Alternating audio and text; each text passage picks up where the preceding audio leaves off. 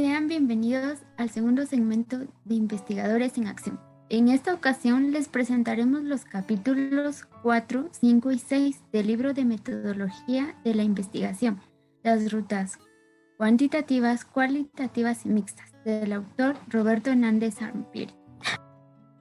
Los investigadores de este segmento somos Lady Santisteban, Dulce Rojas, Darian Tomás, Dastet Rodas, Natalie Ayala, Karen Rosal, Demi Kua y mi persona. Empezaremos este segundo segmento con la siguiente pregunta: ¿qué es el marco teórico? El marco teórico es una etapa, ya que requiere un proceso de inmersión en el conocimiento que existe y que debe estar relacionado con el planteamiento del problema.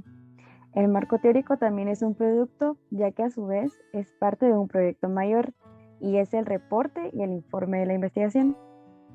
Muy bien, ya teniendo el concepto, ¿cuál es la utilidad que posee el mismo? Supone una identificación de fuentes primarias y secundarias, las cuales se podrá investigar y diseñar el diseño de investigación propuesta. La lectura de textos, libros especializados, revistas y trabajos son fundamentales en su formulación.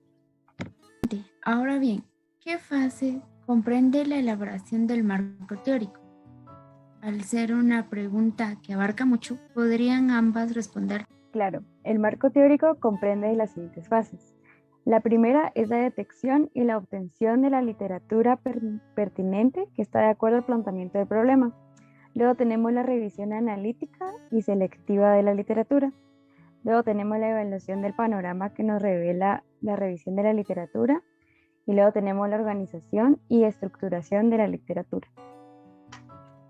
También tenemos la elección del tipo de estructura deseada y la elaboración del índice, redacción del marco teórico y revisión del marco teórico. Una vez teniendo una idea concisa y detallada de esta cuestión, podemos pasar al siguiente tema y tenemos la siguiente consulta.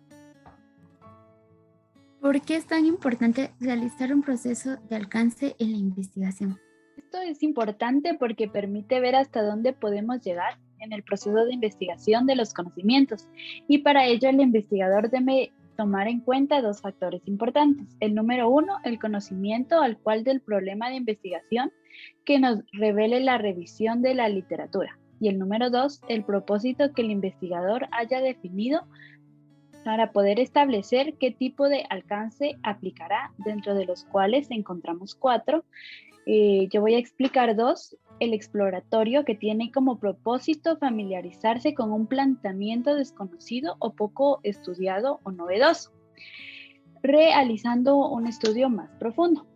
El número dos, el descriptivo. Este estudio explica cómo es y se da el fenómeno a estudiar.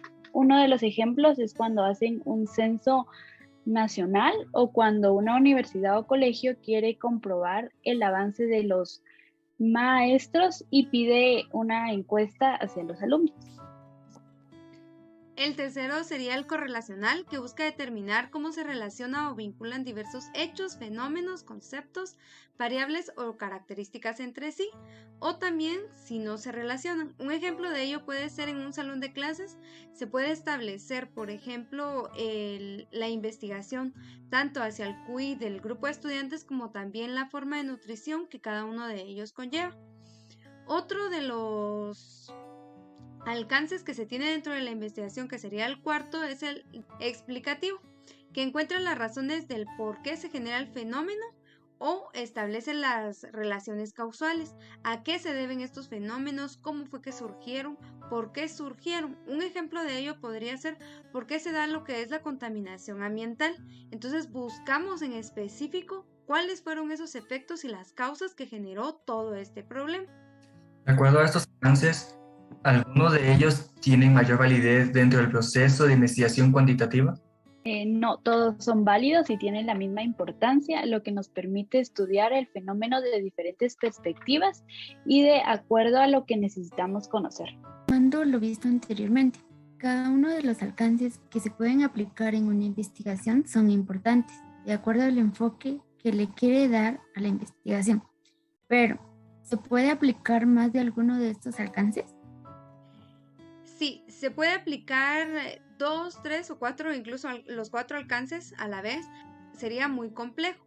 Por lo tanto, se debe de retomar tanto al inicio como al final de la investigación para establecer cuáles van a ser los tipos de alcances que se van a tomar en cuenta dentro de la investigación, y más que todo se debe modificar incluso el planteamiento del problema hacia los alcances que se van a retomar dentro de la investigación. Ahora bien, ¿qué es la hipótesis? La hipótesis es la explicación tentativa del problema de investigación o el fenómeno estudiado que se formula como preposición o alguna afirmación. Esta hipótesis se deriva del marco teórico y del planteamiento del problema. Por eso cuenta con características principales que se deben de tomar en cuenta, como conocer la situación real, que las variables sean concretas, debe ser observable o medible, y que la relación entre las variables debe de ser clara, lógica y creíble. Como podemos ver, cada punto tiene una conexión con otros. Ahora bien, ¿qué hipótesis se formulan en una investigación y cuáles son sus funciones? Sí, se pueden plantear los 3 tipos de hipótesis, tanto la hipótesis de investigación, la hipótesis nula y la hipótesis alternativa. La hipótesis de investigación es la que se plantea en cualquier trabajo, en todos los trabajos, y son explicaciones tentativas del fenómeno que se va a estudiar.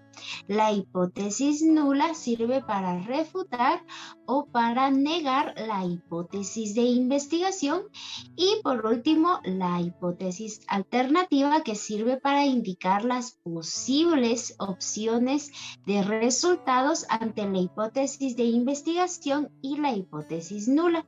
Sus funciones son: primero, guiar u orientar al investigador; segundo, describir y explicar el fenómeno que se va a estudiar; y tercero, apoyarse en prueba o el escrutinio de otras tesis.